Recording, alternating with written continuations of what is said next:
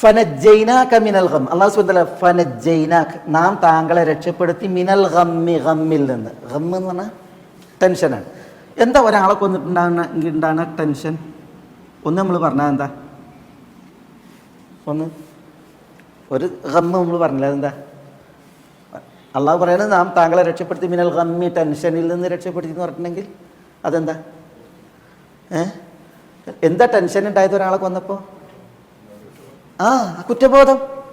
ചില ആളുകൾക്ക് എന്ത് കുറ്റം ചെയ്തിട്ടുണ്ടെങ്കിലും മൂക്കിന് മുന്നിലൂടെ ഈച്ച പറയ മാതിരിയാണ്, ഒരു വിഷയം ഉണ്ടാവില്ല, ഒന്നും സംഭവിച്ചിട്ടേ ഇല്ല എന്നുള്ള നിലക്കായിരിക്കും.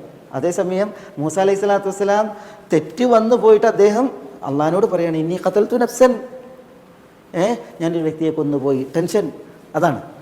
അതേപോലെ തന്നെ മറ്റൊന്ന്, ഒരാളെ കൊന്നിട്ടുണ്ടെങ്കിൽ പിടികൂടൂല്ലേ? ആരാ പിടിക്കുക? ഫിറൗനെ പിടിക്കുക, ഫിറൗൻ്റെ കിങ്കരന്മാരെ പിടിക്കുക, പിടികൂടുന്ന ടെൻഷൻ. പിന്നെ കൊന്നിട്ടുണ്ടെങ്കിൽ അതിനുള്ള ശിക്ഷ എന്താ?